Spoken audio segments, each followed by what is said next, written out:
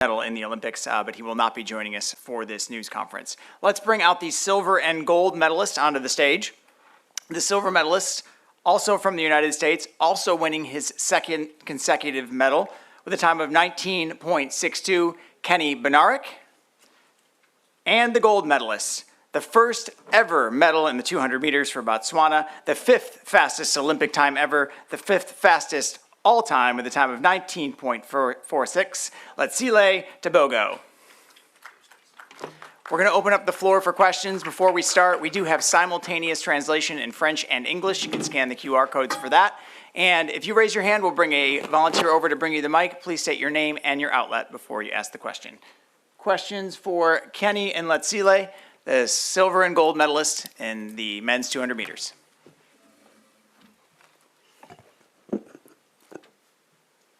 There we go. Letsile, how proud of you do you think your mother would be right now? I believe she could be one of the happiest people on the planet because she believed in me and I had so much doubt for myself. I forgot to state my name. Robert Johnson, LetsRun.com. One more question. As a junior, you were more known as a 100-meter runner. And that was your better event, and you were getting silver in the 200. Now, as a professional, it's changed. What explains that? And do you think of yourself now as being better at the 200 than the 100? I would say the 100 is too tactical. You have to perfect everything. So the 200 is more of everybody's race. So you could correct along the way as you go through to the line. So I would say both ways I'll still be there on the finals. Right here. Evelyn Water from Olympic Channel. Question for Letsile and Ken. First of all, Letsile, at what point did you feel like you've got the race? And for Ken, how well do you think Letsile executed today's race? Thank you. What was your last question again?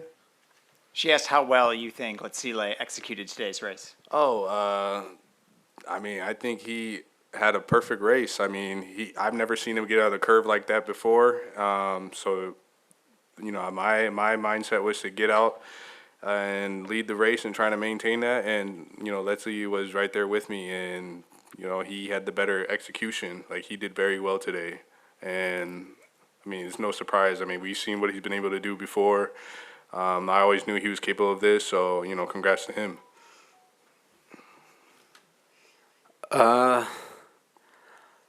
I knew I had to match Kenny's start first because he has the best starts when he's in front of you. So I had to match and execute everything that we did in training, because the first time when I started my training for the Olympics, we perfected the curve each and every day without fail. So I knew if I could get that perfection today and don't stumble from the block, I knew I could match Kenny. And when we went on the straight, when I saw I was in neck and neck with Kenny, I knew that I had the 400-meter program on my legs, so I'll just use it to finish the race. Other questions? Robert again. Two questions for Letsile. One, you talked about your coach in the mixed zone. Can you just tell us his name? And then two, you know, Usain Bolt was the face of track and field for so long, and I think won the 6 gold medals. Is that something you aspire to, world records and being the face of track and field in the future? His name is Kebonyi Disados Musimanyane. And I think for me, I can't be the face of athletics because I'm not an arrogant or a loud person like Noah. So I believe Noah is the face of athletics. Oh, there you go. Thanks for putting your phone up. I can see you that way.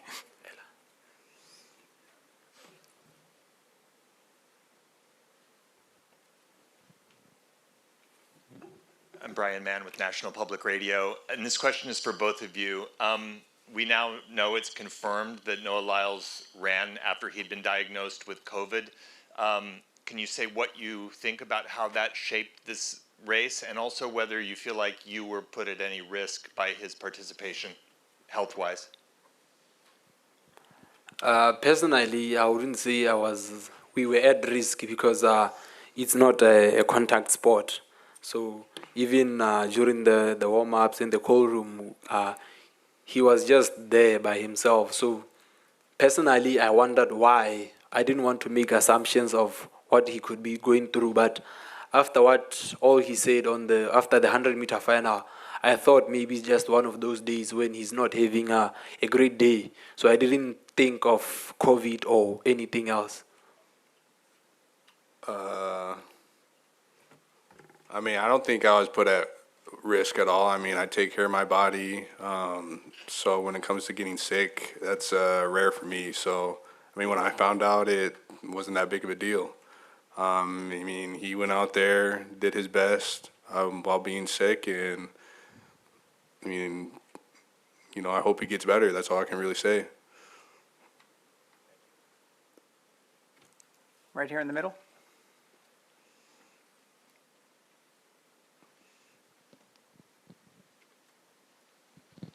Thank you. My name is Paul Nzioki, Radio France International Kiswahili Service. I have a question to Tebogo. We had Akani Simbine, you and Ferdinando Manyala coming from Africa with very good records in the sprints. You and them did not make it to the podium in the 100 meters. Did that mold any pressure to you, being the only African in the 200? You are wrong on that one because there were 4 Africans on that final. So first of all, I was happy. I wasn't under any pressure of getting a medal. All that was important for us was seeing more Africans into the final. Right here.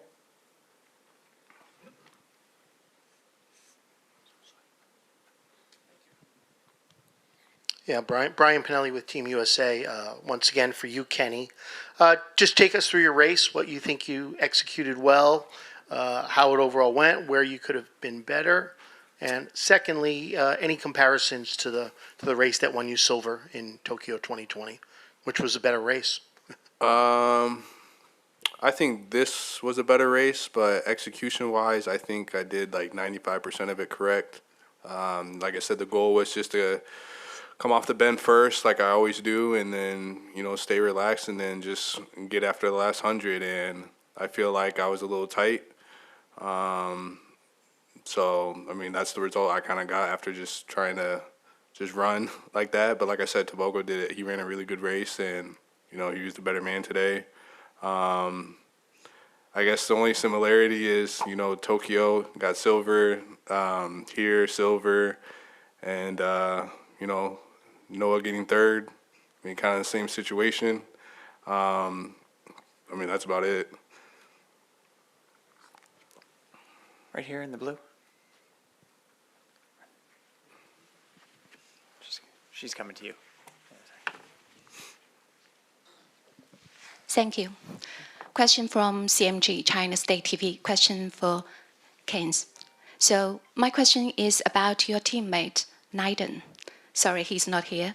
So I'm wondering, what do you think about the way the U.S. anti-doping agency handles his case? Do you think it's fair play? It's fair for the other athletes to compete in Paris 2024? Thank you.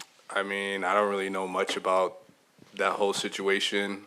From what I've seen is they've done what they needed to do, and he was cleared. So, I mean, that's not my area of expertise. I really don't have a comment on that.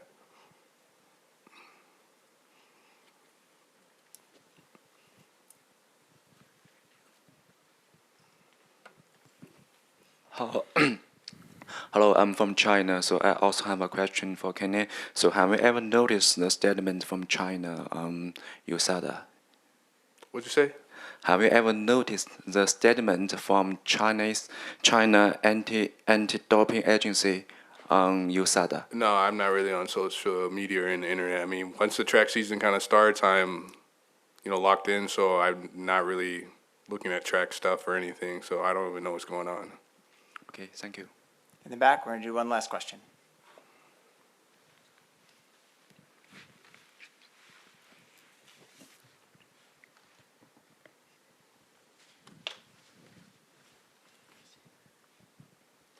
Hello, Robin Gremel, Agence France Presse. For Kenny, tomorrow there is the relay. What's your take on that?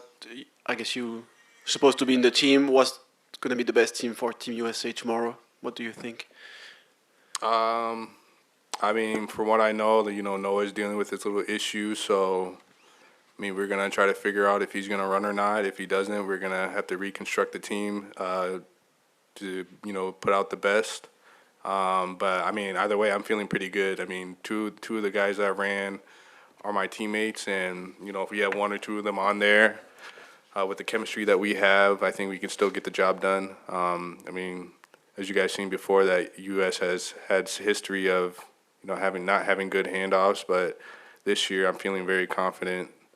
We put in the work, we have the chemistry, and all we gotta do is just treat it like any other race, and then we should get the job done and win. We do have one more question for Letsile.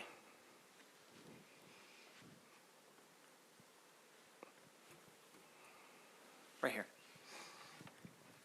Hi, Letsile, congratulations. Another moment from Media 24 in South Africa.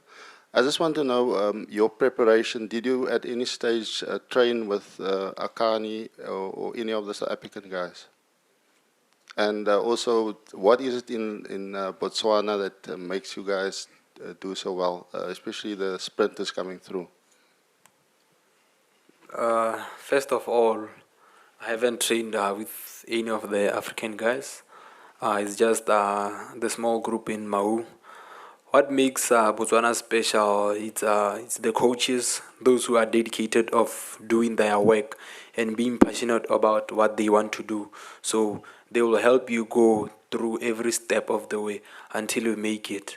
Like how we didn't have any 400-meter hurdles ever, but the coaches made sure that we have at least one in the Olympics, and then hopefully for the coming years we'll see more and more of other athletes, not just 100, 200, 400 meters, and we'll also see the women's coming back, because there's been that drought, and now they just getting better and better each and every day.